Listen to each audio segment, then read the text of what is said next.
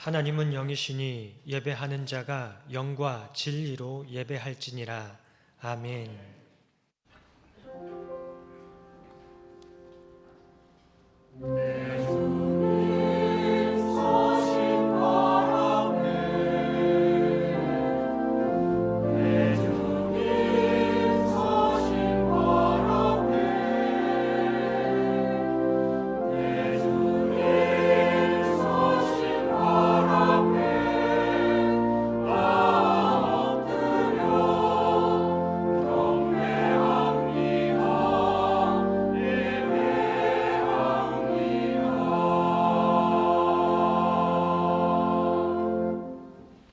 우리와 언제나 함께 하시는 임마누엘의 하나님 아버지, 대림절 세 번째 주일을 맞아 낮고 천한 이 땅에 인간의 몸을 입고 아기 예수로 임하신 임마누엘의 하나님을 예배하게 하시니 감사합니다.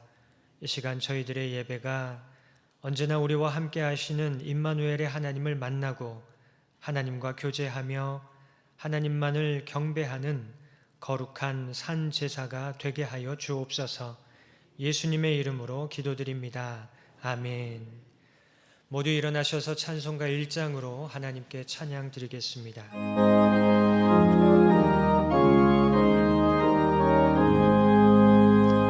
만복의 근원 하나님, 온 백성 찬송 드리고 저 천사여 찬송하세.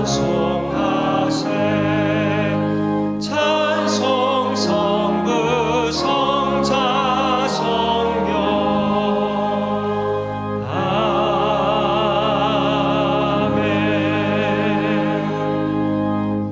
다 함께 성시교독 하시겠습니다. 그때의 맹인의 눈이 밝을 것이며 못 듣는 사람의 귀가 열릴 것이며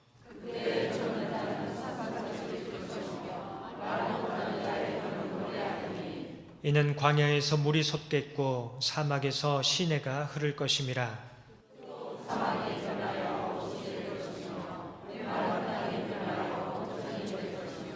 승냥이의 눕던 곳에 풀과 갈대와 부들이 날 것이며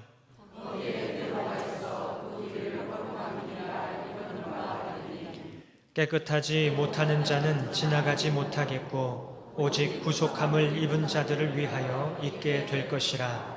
아멘. 사도신경으로 우리의 신앙을 고백하겠습니다. 나는 전능하신 아버지 하나님 천지의 창조주를 믿습니다. 나는 그의 유일하신 아들 우리 주 예수 그리스도를 믿습니다. 그는 성령으로 잉태되어 동정녀 마리아에게서 나시고 본디오 빌라도에게 고난을 받아 십자가에 못 박혀 죽으시고 장사된 지 사흘 만에 죽은 자 가운데서 다시 살아나셨으며 하늘에 오르시어 전능하신 아버지 하나님 우편에 앉아 계시다가 거기로부터 살아있는 자와 죽은 자를 심판하러 오십니다. 나는 성령을 믿으며 거룩한 공교회와 성도의 교제와 죄를 용서받는 것과 몸의 부활과 영생을 믿습니다. 아멘. 찬송가 104장 곧 오소서 임마누엘 함께 찬양 드리겠습니다.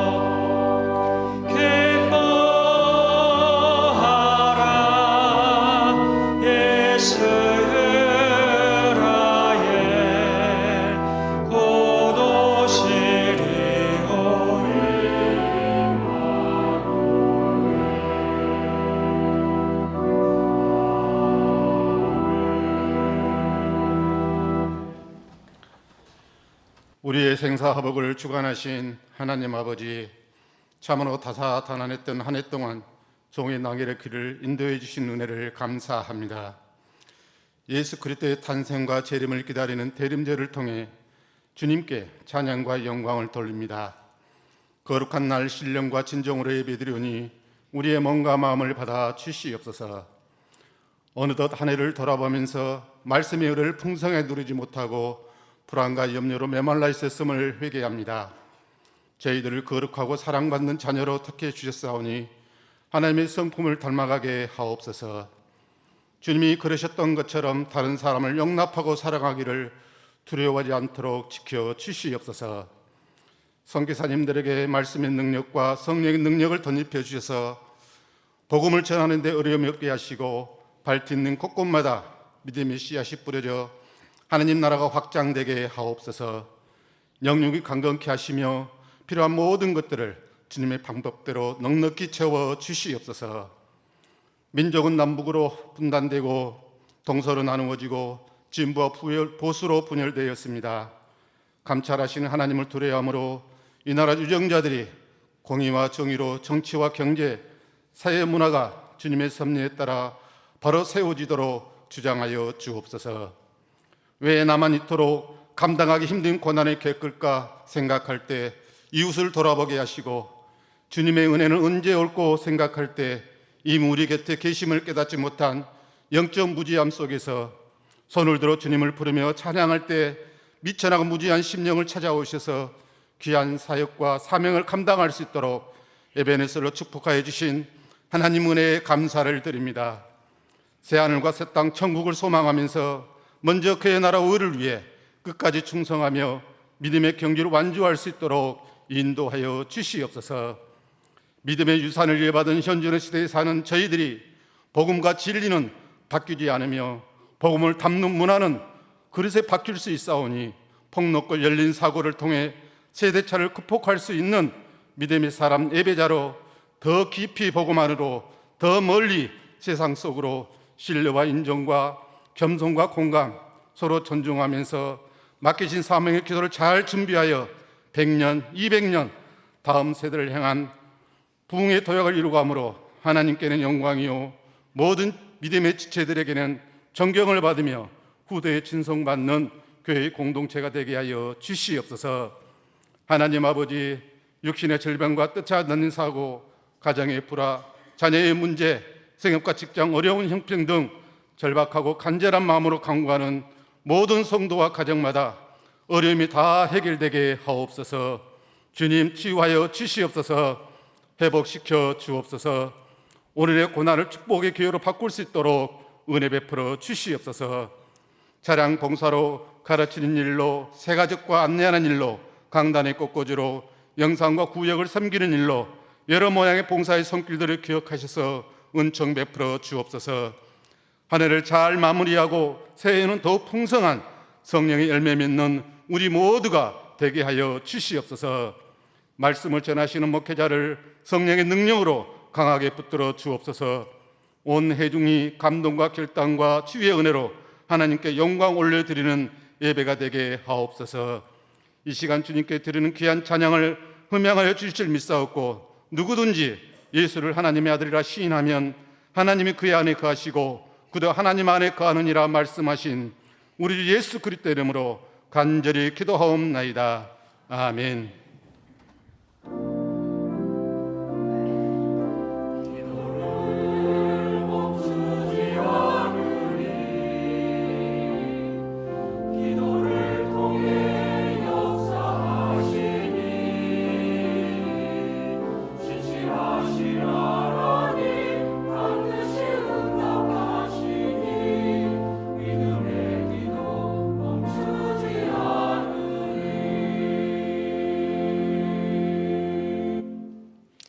오늘 하나님께서 우리에게 주시는 말씀은 신약의 말씀 누가복음 1장 18절부터 23절까지의 말씀입니다. 이 말씀은 신약성경 86쪽에 있습니다. 하나님의 말씀을 봉독합니다. 사가랴가 천사에게 이르되 내가 이것을 어떻게 알리요? 내가 늙고 아내도 나이가 많으니이다. 천사가 대답하여 이르되 나는 하나님 앞에 서 있는 가브리엘이라. 이 좋은 소식을 전하여 내게 말하라고 보내심을 받았노라. 보라, 이 일이 되는 날까지 내가 말 못하는 자가 되어 능히 말을 못하리니 이는 내가 내 말을 믿지 아니함이거니와 때가 이르면 내 말이 이루어지리라 하더라. 백성들이 사가랴를 기다리며 그가 성전 안에서 지체함을 이상히 여기더라. 그가 나와서 그들에게 말을 못하니 백성들이 그가 성전 안에서 환상을 본 줄 알았더라. 그가 몸짓으로 뜻을 표시하며 그냥 말 못하는 대로 있더니 그 직무의 날이 다 되매 집으로 돌아가니라. 아멘. 하나님께서 이 말씀을 통하여 우리에게 은혜 주시기를 원합니다.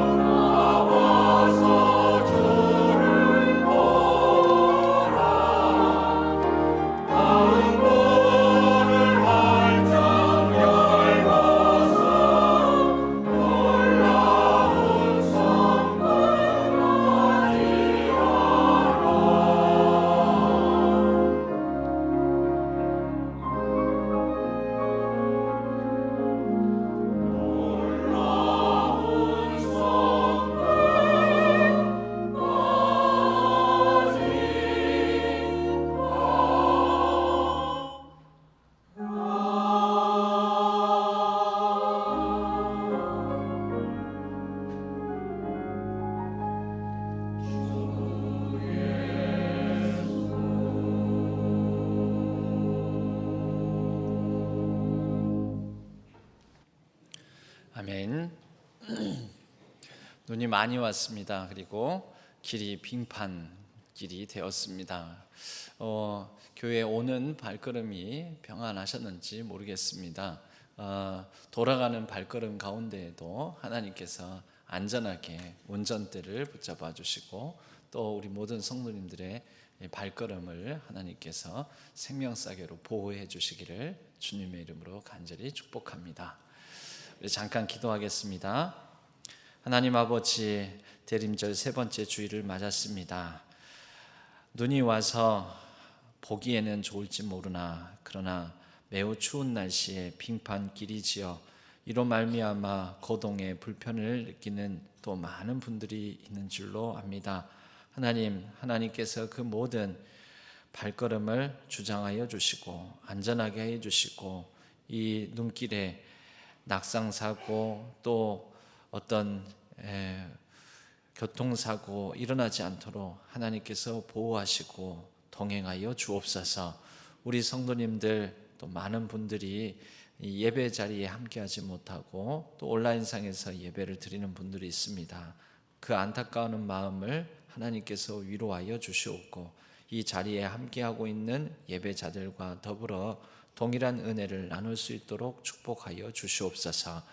오고 가는 걸음들을 붙들어 주시고 이제 말씀을 듣고자 합니다. 하나님의 말씀을 듣는 가운데 우리의 마음을 성령 하나님께서 다스려 주시고 말씀하여 주시오며 우리 모든 심령은 하나님의 말씀으로 온전히 반응할 수 있도록 도와주시옵소서.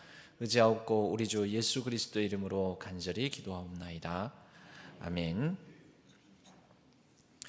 오늘은 대림절 세 번째 주일을 맞아서 이 특별한 사건, 성경에는 특히 누가복음에는 아이를 낳을 것이다 라는 수태고지, 아이를 낳을 것이다 라는 그러한 고지가 두 번 나옵니다. 하나는 세례 요한에 대해서, 또 다른 하나는 예수 그리스도의 잉태와 이제 출산에 대해서 예고하는 장면입니다.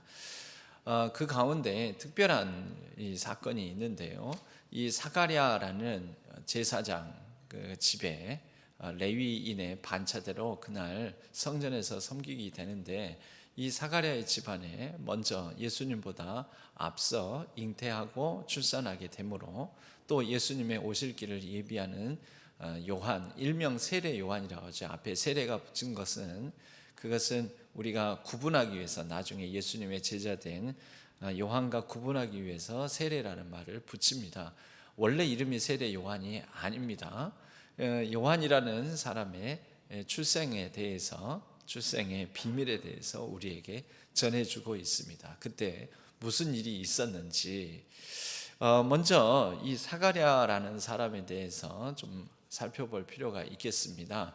누가복음 1장은 예수님의 나심, 예수님에 관한 이야기 이전에 먼저 이 사가랴 집안에 있었던 일에 대해서 우리에게 전해주고 있습니다. 특별히 이 사가랴라는 사람을 이렇게 오늘 누가복음 1장에 보면 5절에 소개하고 있는데요. 유대왕 헤롯 때 아비야 반열에 있는 제사장으로서 사가랴라고 하는 사람이 있었다라고 성경은 전해주고 있습니다. 그 아내는 엘리사벳인데 아론의 자손이라고 우리에게 알려줍니다.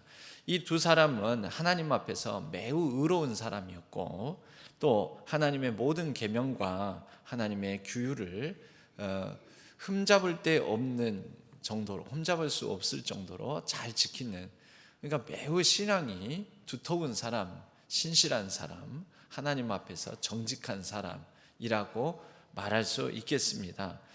문제가 있었죠. 이 가정에는 그런데 자녀가 없었습니다. 그리고 나이가 많이 먹게 되었습니다. 늙어서 이제 더 이상 아이를 가질 수 있는 소망도 없는 상황 속에 처하게 되었습니다.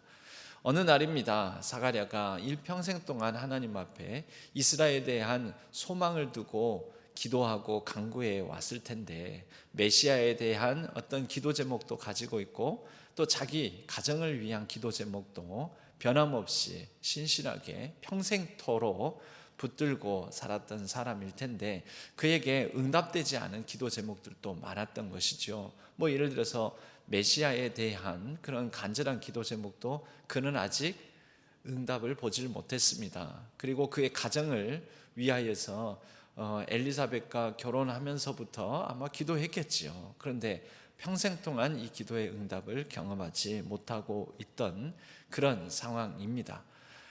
나이를 먹었고 어느 날 그가 순서대로, 오늘 8절에 보면 사가랴가 자기 이 반차대로 이렇게 표현이 되어 있는데요. 이것은 조금 그 배경을 이해할 필요가 있는데, 레위인들은 총 1000명씩 한 조를 이루게 됩니다. 1000명 단위로 조를 이뤄서 1조부터 24반차, 24반열까지, 그러니까 24개의 조를 이루고 있습니다. 한 조당 1000명이니까 총 24,000명 정도 되겠죠.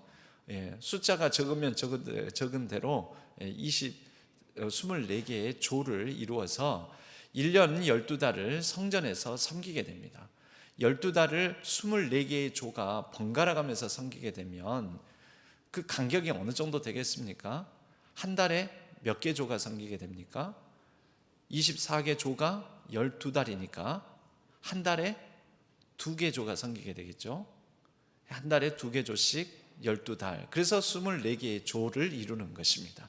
그러므로 한 조가 며칠 정도 섬기겠습니까? 한 달에 2개 조가 섬기니까 한 달을 반으로 나누면 15일가량씩 해서 첫날부터 보름까지는 예를 들어서 1조가, 그 다음에 16일부터 말일까지는 2조가, 그리고 2월달 들어서 1일부터 또 보름까지는 3조가, 그 다음은 4조가, 3월 첫날에는 보름까지 5조가, 그리고 6조가, 4월 첫날에는 7조가, 그리고 8조가, 뭐 이런 식으로 그렇게 이 1000명 단위로 레위인 수가 제대로 구성이 되어 있고 확보되어 있으면 1000명 단위로 구약의 규례를 따라서 계속해서 그렇게 섬겨오는 것을 반차대로, 그 각각의 반열을 조라고 볼 수 있습니다. 그 조별 차례대로 성전에서 봉사하고 섬겨왔다라는 것입니다. 그리고 그 레위인들 한 조가 섬길 때 그 중에서 제비뽑기로 오늘 분향단에 분향하는 사람, 향을 피우는 사람은 누가 할 것인가, 이것들을 제비뽑기로 정하게 됩니다. 그날 사가랴가 순서가 되어서 성전에서 봉사를 하게 되는데, 그리고 특별히 제비를 뽑았는데 그날 분향단에 때마침 분향하는 사람으로 사가랴가 뽑히게 되었던 것이죠. 그래서 지금 분향단 곁에서 사가랴가 분향을 하게 되었습니다. 9절에 그날 이 제사장들이 하는 그 관례를 따라 제비를 뽑았는데, 제비를 뽑아서 그가 뽑혔습니다. 그래서 성소에 들어가서 분향하는 일을 맡게 되었습니다. 10절에 그가 분향하는 동안에 온 백성은 밖에서 기도하고 있고 성소에는 아무나 못 들어가는 거죠. 아무나 못 들어가니까 그러면 1000명의 그 조원 중에서 누가 들어가느냐, 그것을 뽑았던 것입니다. 제비뽑기로. 그래서 들어갔고, 물론 전제는 이 제사장들은 거룩하게 구별된 사람들이어야 되겠죠. 그 가운데서 제비뽑기로 들어갔는데, 바로 그때 천사가 사가랴 곁에 서서 나타나가지고 분향하는 제단 오른편에서 사가랴에게 말을 건네는 것입니다. 얼마나 두려웠겠습니까? 아무나 함부로 들어올 수 없는 곳에 자기는 제비 뽑혀서 특별하게 구별되어서 들어왔는데, 또 다른 한 존재가 그에게 말을 걸어오는 것이죠. 이게 뭐지? 하는 중에 그 천사가 그에게 놀라운 소식을 전해주게 됩니다. 바로 세례 요한의 출생에 관한, 잉태와 출생에 관한 이야기를 전해주게 되는 것입니다. 우선 사가랴는 매우 의로운 사람이었다. 사가랴는 매우 하나님의 말씀, 규례와 율례, 법도를 지키는데 한치의 오차도 없는, 아주 빈틈없이 지키는, 흠잡을 데 없는 사람이었다. 그런 사람이 그날 반차대로, 이 반열, 그 조의 차례대로 성전에서 일하게 되었는데, 또 그 중에서 제비뽑기로 뽑혀서 분향하는 일을 맡게 되었다. 여러분, 이게 우연이었을까요? 이거 우연이 아니죠. 여러분, 확률적으로 계산하면 24,000명 중에 분의 1이다 이렇게 생각할지 모르지만, 특별히 이날, 바로 이날 하필이면 그가 천사가 나타나서 말을 건네는 이날, 이 장면, 이 순간에 분향하는 일을 맡게 될 확률을 계산을 해보면 계산을 해보면 어느 정도 확률이냐면요, 0.000047%의 확률입니다. 0.000047%. 그리고 1% 확률도 이게 쉬운 확률이 아니죠. 10% 확률도 우리는 별로 좋은 확률이 아닙니다. 그런데 0.1%도 아니고 0.01%도 아니고 0.000047%, 대략 계산하면 그렇다라는 것입니다.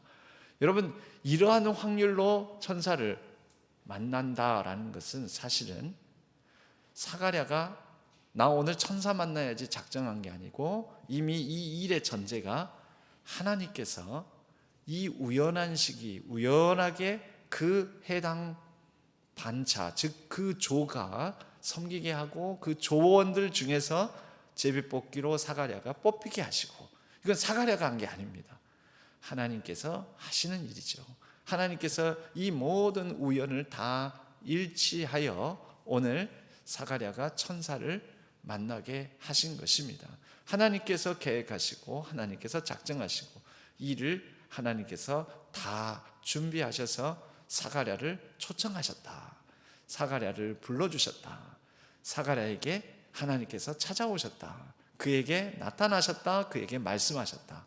우리는 이렇게 보는 게 모든 이런 쓸데없는 확률 게임, 확률 싸움에 빠져들지 않게 만들 수가 있는 것입니다. 사가랴에게 말하기를 두려워하지 말아라. 내가 너에게 아주 중요한 얘기를 하겠다. 네 아내 엘리사벳에게 아들이 이제 생길 것이고 그 이 아들을 낳을 것인데 이름을 요한이라고 해라. 이때부터 이상한 마음이 듭니다. 사가랴가 오랫동안 기도해왔고 오랫동안 하나님을 알아왔고 오랫동안 하나님을 잘 믿어왔던 사람인데도 그의 마음에는 이 말이 곧이곧대로 들리지 않습니다. 의심이 듭니다. 정말요? 그럴 리가요? 그렇게 될 리가 없는데요. 불가능한데요. 우리는 할 수 없는데요. 나이도 많은데요. 그런 이제 항변을 이 마음속에서부터 들기 시작하는 거죠. 천사가 계속해서 얘기합니다. 이 아이는 너에게도 큰 기쁨일 뿐만 아니라 모든 사람, 많은 사람에게도 기쁨이 될 것이다. 하나님 보시기에 그는 큰 인물이 될 것인데 그는 하나님께서 보내주신 자를 앞서서 준비하여 모든 백성들에게 이제 이 요한 다음에 오실 분을 영접할 수 있도록 많은 백성들에게 하나님의 말씀을 전해서 그 마음을 평탄하게 하고 마음을 준비하게 하여 오실 그분을 영접할 수 있도록 예비하는 그런 역할을 맡은 사람이 될 것이다. 여러분, 일단 어디서부터 지금 사가랴는 안 들리기 시작했을까요?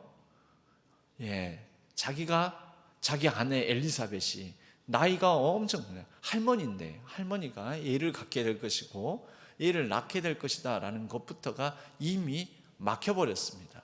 그가 하는 상식, 그가 비록 하나님을 신실하게 믿었고 정직하게 하나님 앞에 늘 기도하며 오랜 신앙생활을 했지만 그에게는 고정관념, 되는 거 안 되는 거, 하나님께서 이 일은 하실 것이다, 이 일은 하지 않으실 것이다, 본인의 평생의 삶 가운데도 기도 응답과 기도 응답의 거절을 다 경험했던 그인지라 이거는 안 될 일인데 라는 생각을 갖게 됩니다. 그래서 그는 이 천사에게 이렇게 말을 하는 거죠. 우리가 읽은 본문의 말씀 18절에 보면 사가랴가 천사에게 이르되 내가 이것을 어떻게 알리요? 번역은 이렇게 되어 있지만요, 그 뜻은 내가 이것을 무엇을 통해 확인받을 수 있겠습니까? 라는 뜻입니다. 다시 말하자면 이걸 도무지 믿을 수 없는 그런 일들을 내게 얘기해 주고 있기 때문에 이걸 믿을 수 있도록 믿음의 상징 또는 믿음의 징표를 달라라는 것입니다. 그래야 내가 아멘, 예 하고 그 하는 말들을, 천사의 말을 하나님의 말씀으로 받아들이고 순종할 수 있겠습니다. 이렇게 반응을 했던 것입니다. 결국은 그는 당장 순종할 수 없었던 거죠. 마음에서 이 모든 일들, 놀라운 일들, 불가능한 일들을 수용할 수 없었던 것입니다. 그가 하나님을 전혀 몰라서이겠습니까? 하나님을 압니다. 그가 율례와 법도를 지키지 않았습니까? 하나님의 말씀으로 알고 율례와 법도를 지켜왔던 사람입니다. 그럼에도 그렇습니다. 여러분, 그래서 그에게 천사는 이제 오늘로부터 이 일이 다 이루어지기 전까지 네 마음이 변화가 되고 네 마음밭이 온전한 예, 아멘, 순종할 수 있을 때까지 너는 말하지 못할 것이다 하고 사가랴가 그 아이가 태어나기 한 9개월에서 10개월 동안 말 못하게 되는 그런 상황에 처하게 됩니다. 여러분, 우리는 여기에서 사가랴가 이런 의심, 의문을 던지는 것은 당연한 것 아닌가? 어쩌면 너무 상식적이고 합리적인 것 아닌가? 이게 꼭 불신의 영역인가? 우리는 그런 생각을 해봅니다. 그런데 누가복음 1장에는 또 다른 수태고지가 나오죠. 마리아에게 어린 소녀 한 여인, 가난하고 비천한 가운데 살았던 한 여인 마리아에게 또 이 천사가 나타나서 아들을 잉태하여 낳을 것이다 라고 예고를 해줍니다. 그런데 이때 마리아도 사가랴와 거의 똑같은 반응을 보입니다. 이 일이 어떻게 내게 있으리까? 불가능합니다. 어떻게 이런 일이 있을 수가 있겠습니까? 여러분, 근데 놀라운 것은 사가랴에게는 너 이제 말하지 마, 침묵해. 얘가 태어나서 네 눈으로 확인하게 될 때까지 너는 벙어리가 될 거야. 그랬는데 똑같은 반응을 보였던 마리아에게는 이 천사가 오히려 더 설득하고 이해를 시켜주고 계속해서 설명해주고 친절하게 그렇게 해준다라는 것이죠. 오늘 우리들이 펼쳐놓은 누가복음 1장 34절부터 35절 이렇게 쭉 보면요, 34절에는 마리아가 천사에게 말하되 나는 남자를 알지 못하니 어찌 이 일이 있으리이까? 아니, 제가 결혼도 하지 않고서도 어떻게 아이를 임신할 수 있다라는 말입니까? 그건 말도 안 되고 불가능한 일입니다. 사회적으로도 용납도 안 되고, 그리고 이게 이런 일이 어떻게 일어날 수가 있겠습니까? 사가랴와 비슷하죠. 거의 똑같죠. 그런데 이 마리아에게는 천사가 그 다음에 너는 아무 말 하지 마, 똑같이 이렇게 하는 게 아니라 성령이 내게 임하시고 지극히 높으신 이의 능력이 너를 덮으시리니 이러므로, 다시 말해서 성령으로 말미암아 잉태가 된다. 성령으로 말미암아 이루어질 것이다. 이러므로 나실 바 거룩한 이는 하나님의 아들이라 일컬어지리라. 그리고 나서 네 친족 엘리사벳도 지금 불가능한 상황 속에서 잉태하여 지금 6달이 되지 않았느냐. 그러므로 믿고 순종해라 하고 계속해서 설득하면서 순종을, 이러한 상황을 수용하도록 이해를 시켜주는 모습을 봅니다. 그리고 나서 마리아는 자신의 신앙 고백을 하죠. 주의 여종이오니 말씀대로 내게 이루어지이다. 하나님의 모든 말씀은 능하지 못하심이 없습니다. 이러면서 순종의 걸음을 걷게 됩니다. 우리는 여기에서 왜 사가랴는 말도 못하게 하고 마리아는 계속해서 설명해 주면서 설득하고 그렇게 이해를 시켜주고 왜 이렇게 다르게 하실까? 여러분, 한 사람은 오랫동안 하나님을 알아왔던 사람이고, 마리아는 어떻게 보면 이제 하나님을 알기 시작하는, 당시 마리아의 나이를 한 10대 후반 정도로 추정을 합니다. 10대 후반 정도로. 그러면 이제 하나님을 본격적으로 자기의 믿음, 신앙 고백을 가지고 하나님을 인식하게 되는 그런 자기 믿음, 자기 신앙 고백을 갖기 시작하는 나이다라고 볼 수가 있습니다. 하나님께서 우리를 다루시고 우리를 이끄시고 우리를 하나님의 사람으로 그렇게 변화시켜 가는 상황 속에서는요, 각 사람마다 똑같은 방식으로 역사하시지 않습니다. 여러분, 저는 저대로 하나님께서 그 무궁무진하신, 우리가 다 이해할 수도 없는 하나님께서 하나님의 나에게 적합한 방식으로 하나님의 일면을 보여주시며 나에게 합당한 방식으로 나를 변화시켜 가십니다. 나를 특별한 다른 사람하고 다른 방식으로 만나주시고 나를 훈련시키시고 회심시키시고 그렇게 깊어지고 성숙하게 만들어 가신다라는 것입니다. 하나님, 나는 왜 말도 못하게 하고 왜 저 사람은 하나님께서 할 말 다 하게 만들면서 그리고 저 사람은 더 하나님께서 친절하시고 아니 나에게는 하나님께서 조금 무섭게 역사하시고 그러십니까? 여러분, 그게 나에게 합당하고 맞는 방식이기 때문에 그렇습니다. 사가랴의 경우에는 오랫동안 하나님을 알아왔습니다. 근데 그만큼 하나님에 대한 오해도 쌓여왔다라고 볼 수가 있습니다. 뭘 이해가 아니고요, 하나님에 대해서 안다라고 생각하는, 하나님에 대해서 내가 충분히 안다, 그런데 그 충분히 안다라는 그 내용 가운데는 하나님에 대해서 잘못 알고 있는, 그러나 강하게 믿고 있는 부분이 있었을 거라는 거죠. 그런 가운데 하나님께서 사가랴에게는 말하지 말라, 더 말한다고 해서 하나님께서 이 사가랴의 삶 가운데 더 역사하시고 풍성하게 임재하시는 것이 아니다. 말하지 않아도 내가 할 것인지 너는 가만히 있어 잠잠하여 하나님께서 네 삶 가운데, 내 아내 엘리사벳 가운데, 그리고 그 가운데서 태어날 아들을 통하여 하실 일들을 봐라.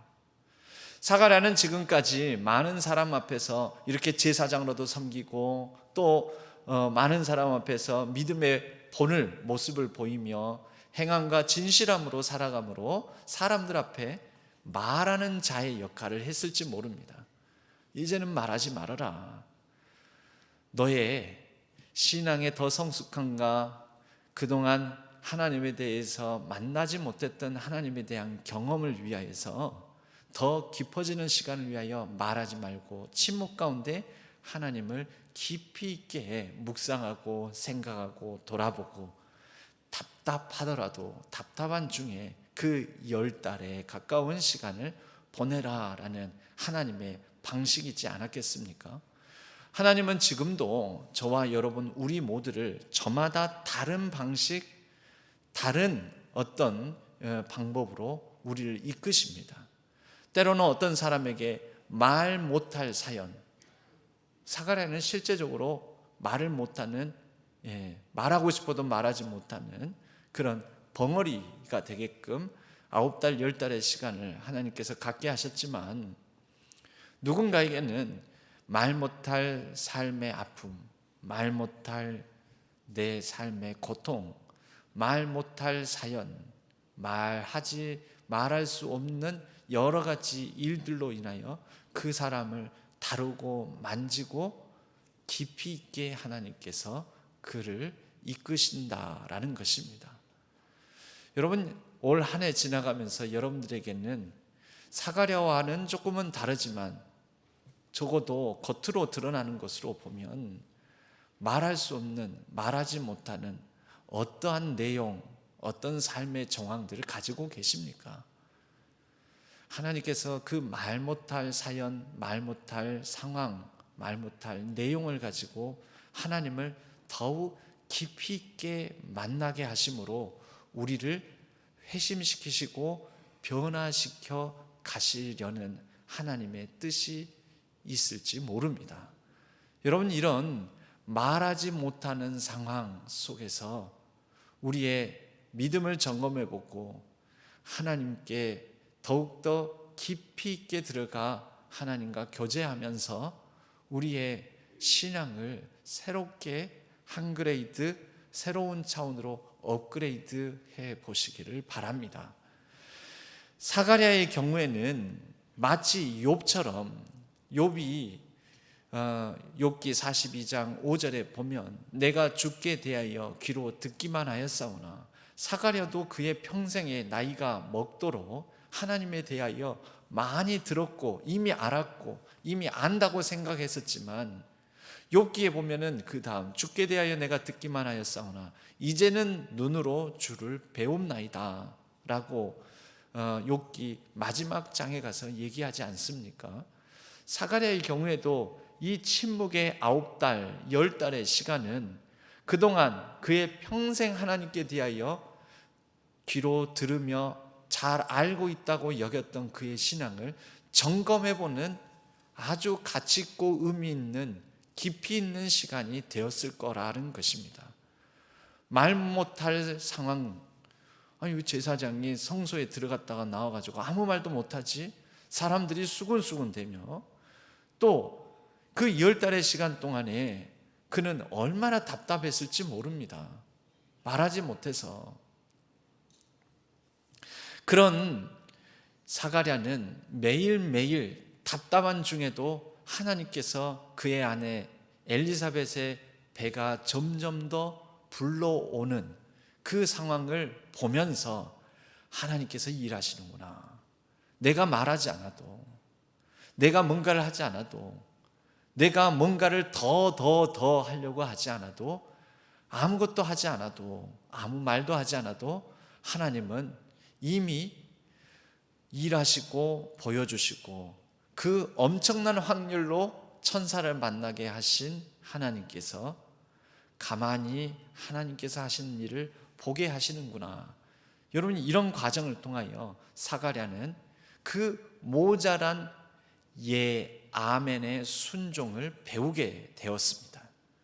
그리고 아들이 태어나자마자 여러 가족들이 와서, 친지들이 와서 우리 집안, 이 제사장 가문에서는 이름을, 보통 제사장 가문에서는 하나님을 뜻하는 야나, 엘 이런 말이 들어가는 이름을 짓기 마련입니다. 그러니까 사무엘, 엘리야 이러지 않습니까?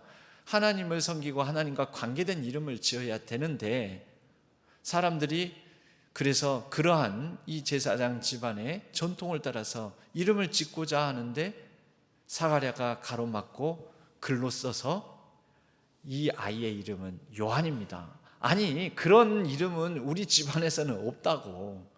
제사장 가문에서 그런 밑도 끝도 없는 익숙치 않은 이름을 지을 수가 있냐고. 그런데 사가랴는 다시 한번 아니 이 이름이라고. 왜요? 그것이 하나님의 말씀이었고 그것이 하나님께서 그에게 들려주신 이야기니까요. 그때서야 비로소 그의 입이 풀리게 됩니다. 여러분, 왜 입이 풀리게 되었습니까?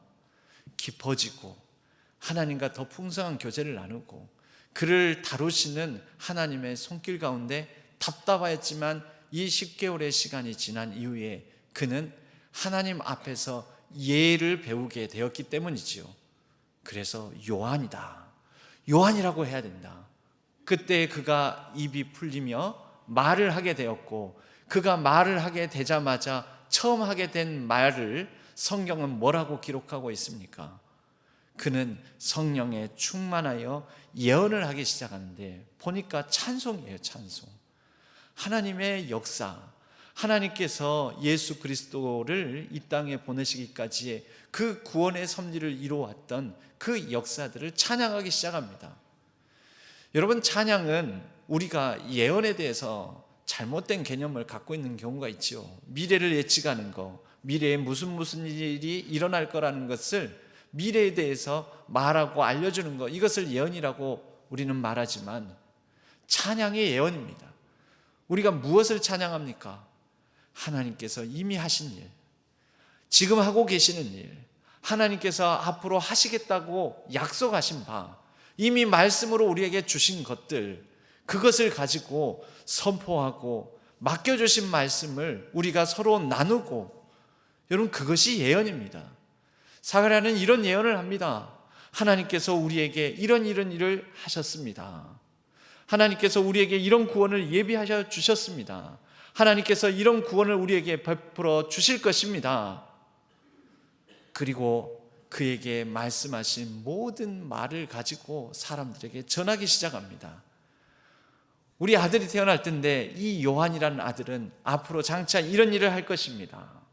그래서 우리가 읽지는 않았지만 1장 마지막 부분은 사가랴의 찬양과 그리고 하나님께서 하신 일에 대하여 그가 예언하는 맡겨주신 말씀, 마치 우리가 은행에 돈을 저축을 하면 예금이라고 하지 않습니까? 은행에 뭔가를 돈을 맡기면 예탁이라고 하지 않습니까? 하나님께서 우리에게 맡겨주신 말씀, 그런 의미에서 예언인 거죠. 말씀을 맡겨주시다. 그 맡겨주신 말씀을 그가 담대히 선포하기 시작합니다. 전하기 시작합니다. 나누기 시작합니다.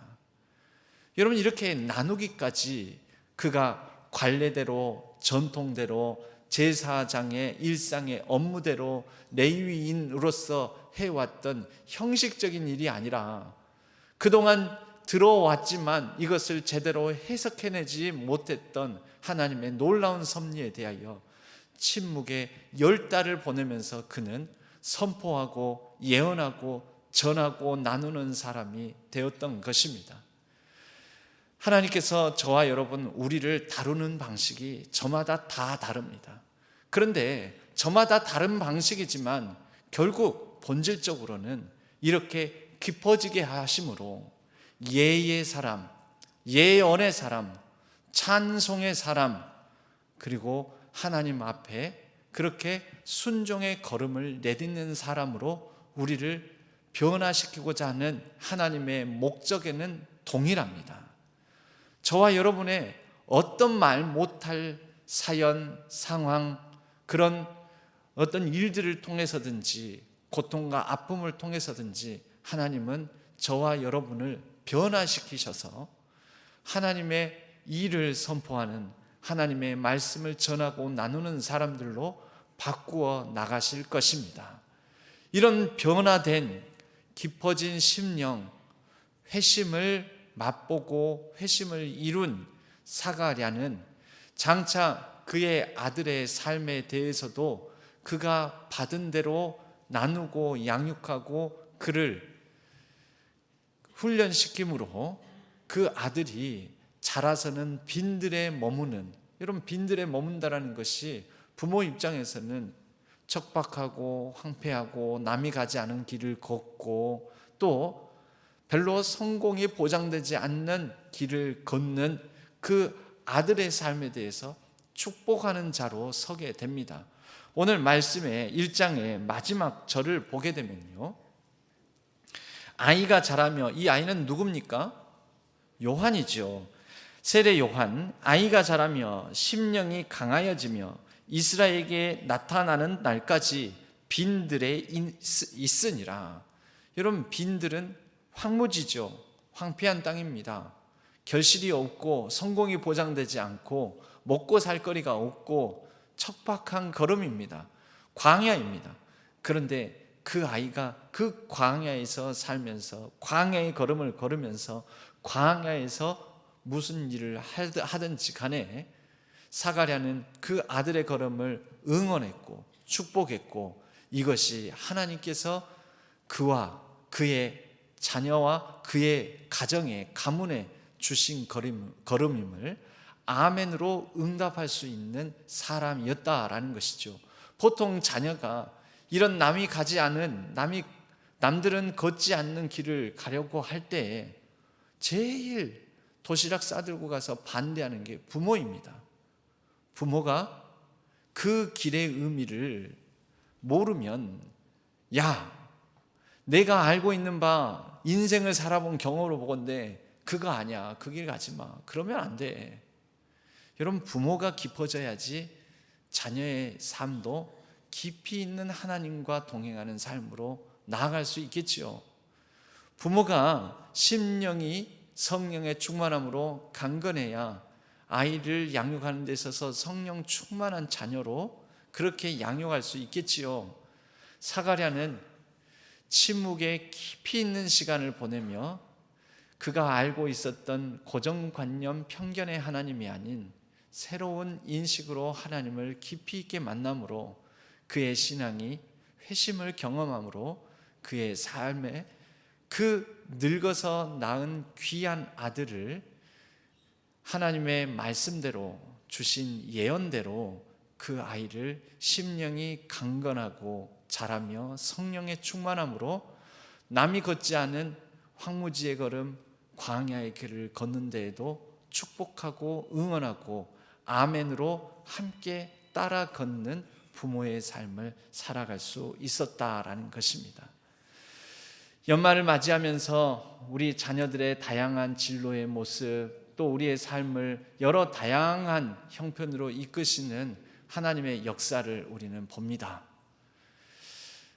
하나님께서 저와 여러분 저마다 다양한 방식으로 이끄십니다. 다양한 모습으로 하나님은 우리의 삶을 붙드십니다. 그리고 우리의 신앙이 더욱더 깊어지기를 원하십니다. 더욱더 높은 차원으로 성숙해 가기를 바라십니다. 하나님께서 우리에게 어떤 말 못할 사연을 주셨습니까? 어떤 말할 수 없는 침묵의 시간을 보내게 하셨습니까? 여러분, 그 모든 시간들이 하나님 안에서는 침묵할 수밖에 없어서, 말 못할 아픔이어서, 말 못할 고통이어서, 그러나 하나님께서 우리를 만드시고 또 빚으시고 일구어가는 복된 시간으로 삼아 주실 줄로 믿습니다. 우리 눈에는 보기에 좋은 길이 아닐지 모릅니다. 우리 생각에는 좋은 방법이 아닐지 모릅니다. 우리 생각에는 하나님께서 이렇게 이끄시는 것은 복된 걸음이 아닙니다라고 항변할지 모릅니다. 그러나 우리에게는 주권이 없습니다.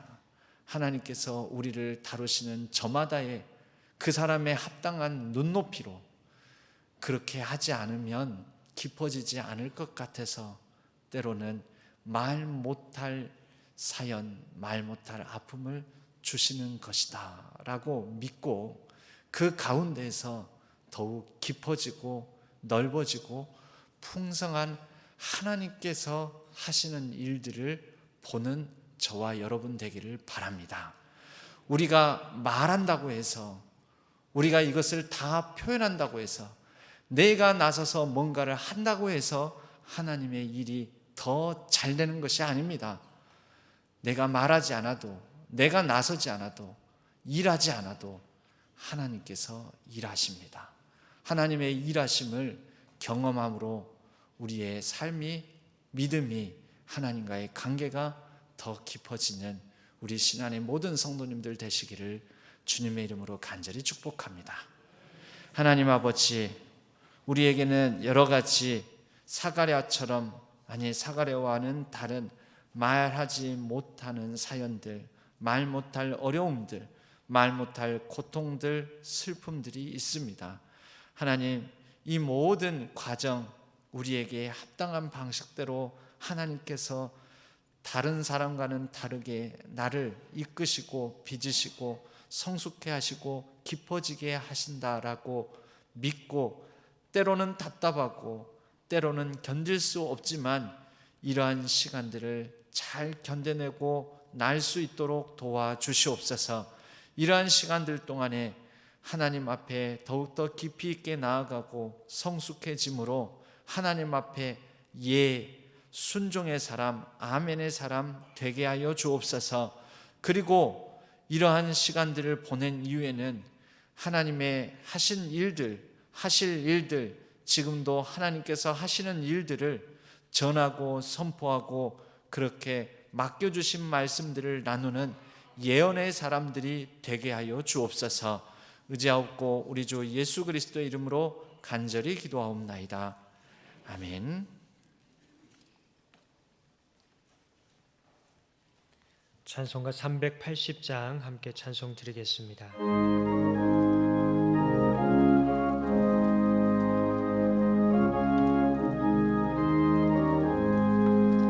나의 생명 되신 주님 앞에 나아갑니다. 주의 흘린 보혈로 정케하사 받아주소서. 날마다 주를 찬송하겠네. 사랑 줄로서 나를 굳게 잡아 매소서. 괴로운 세상 지낼 때 나를 인도하여 주소서. 주를 믿고 나가면 나의 길을 잃지 않겠네. 날마다 주를 찬송하겠네. 주의 사랑 줄로서 나를 굳게 세상 살아갈 때에 주를 더욱 사랑합니다. 밝고 빛난 천국에 나의 영혼 들어가겠네. 날마다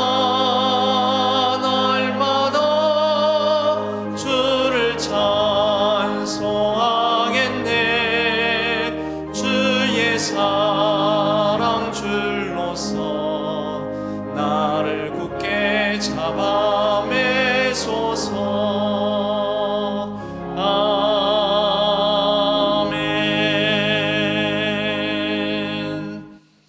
하나님 아버지, 우리의 마음과 정성과 믿음을 담아 주일 헌금으로 11조로 구별하여 드리고 선교와 비전 헌금으로 또 갖가지 감사의 제목을 담아 하나님 앞에 감사의 예물을 올려드립니다. 이 예물이 쓰여지는 곳곳마다 하나님 나라와 하나님의 영광이 드러날 수 있도록 축복하여 주시고 하나님의 뜻대로 아름답게 쓰여지게 하여 주옵소서. 우리의 간절한 기도 제목들 위에 하나님께서 선하게 응답하여 주시고 감사하기를 기뻐하는 삶에 더 풍성한 감사가 넘치게 하여 주옵소서. 우리의 가정과 자녀 손들에 이제 한 해를 마무리 짓고 또 한 해를 시작하는 모든 걸음걸음들을, 학업을, 진로를, 또 직장생활, 생업의 현장들을 하나님께서 선하게 인도하여 주시고 형통케 하여 주옵소서. 이 나라와 이 민족 온 세계 열방을 하나님께서 굽어 살펴 주옵소서. 긍휼과 자비를 베풀어 주셔서 속히 전쟁의 땅에 평화가, 불의의 땅에 정의와 공의가, 그리고 생명이 억압당하는 곳에 생명의 역사가 드러나게 하여 주옵소서. 모든 선교사님들을 축복하여 주시고 풍성한 선교의 열매 거두게 하여 주옵소서. 우리의 한 해를 마무리 짓는 모든 마음들을 하나님께서 성령으로 충만하게 인도하여 주시옵고 혹여라도 허무와 헛됨, 공허한 마음이 우리의 심령에 깃들지 않도록 성령 하나님께서 친히 주장하여 주옵소서.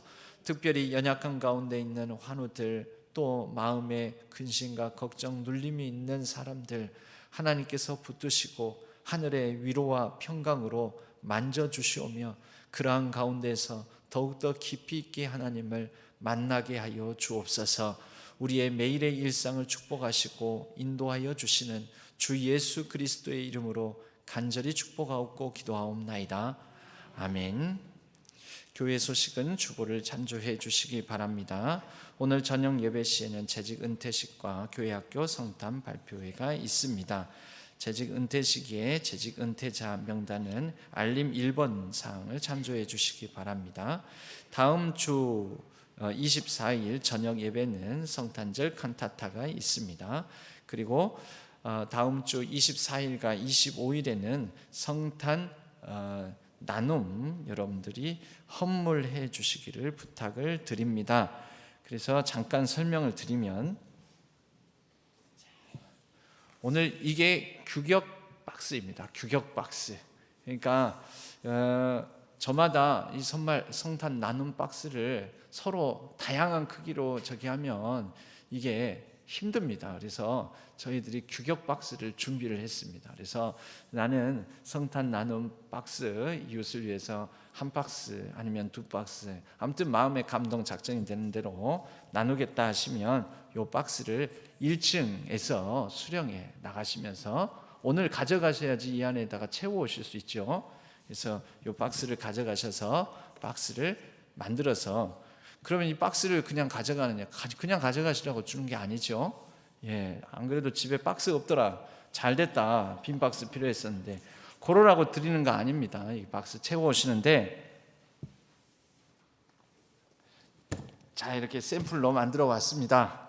그래서 요 안에, 박스 안에 담을 품목들을 이렇게 인쇄해서 그 빈 박스를 하나 가져가시면서 같이 안내문을 받아 가시기를 바랍니다.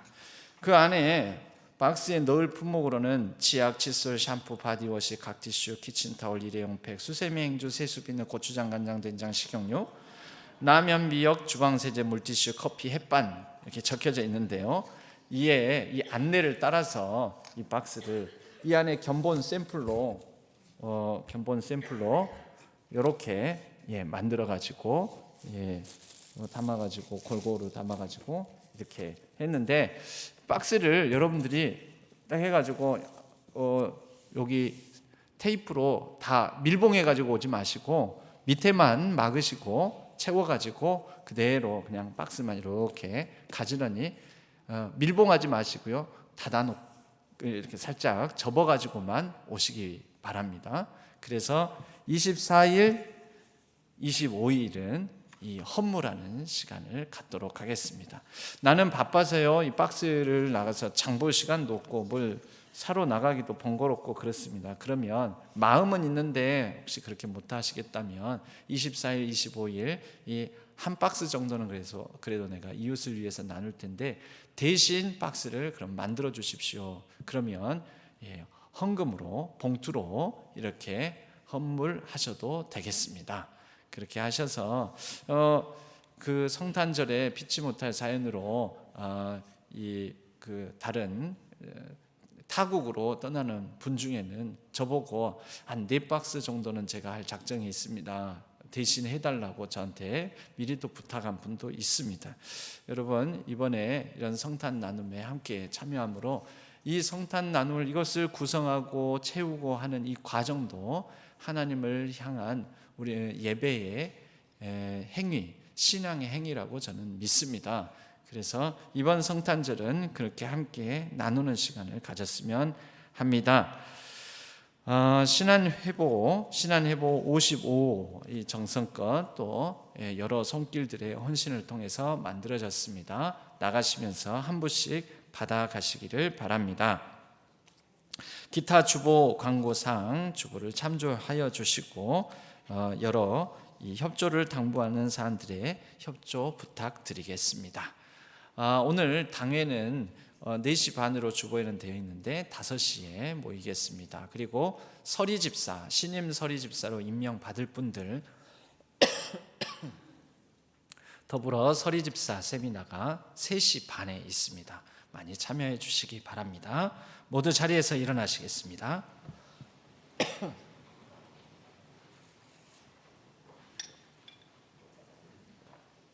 주기도문송과 축도로 예배를 마치겠습니다.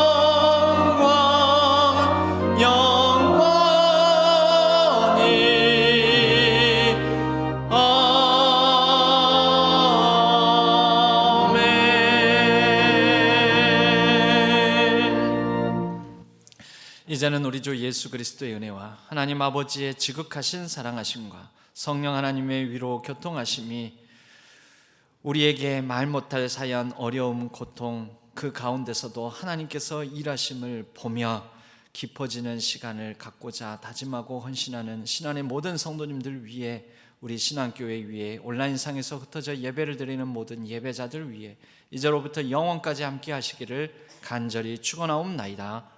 아멘.